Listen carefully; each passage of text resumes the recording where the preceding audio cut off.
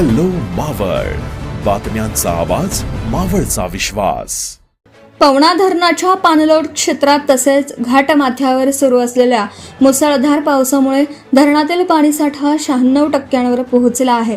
धरणात मोठ्या प्रमाणात पाण्याची आवक सुरू असल्याने पाणी पातळी नियंत्रित ठेवण्यासाठी धरणातून होणाऱ्या विसर्गात टप्प्याटप्प्याने वाढ करण्यात येत आहे.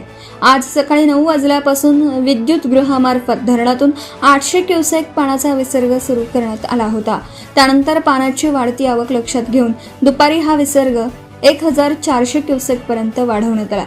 दुपारी 3 वाजता सांडव्याद्वारे अतिरिक्त 3420 क्युसेक पाणी नदीपात्रात सोडण्यात आलं. त्यामुळे विद्युत गृहामार्फत 1400 क्युसेक आणि सांडव्याद्वारे 3420 क्युसेक असा मिळून पवना नदी पात्रातील एकूण विसर्ग 4820 क्युसेक झाला आहे.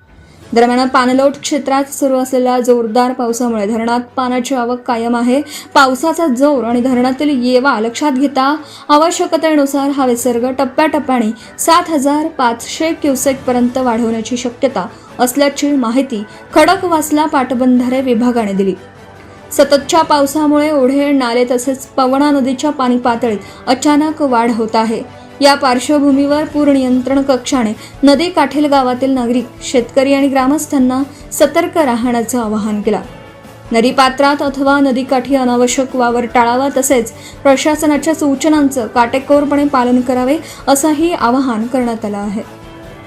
हॅलो मावळसाठी सचिन शिंदे, पवना नगर. आताच हॅलो मावळ YouTube चॅनलला सबस्क्राईब करा आणि आमच्या फेसबुक पेजला फॉलो करायला विसरू नका.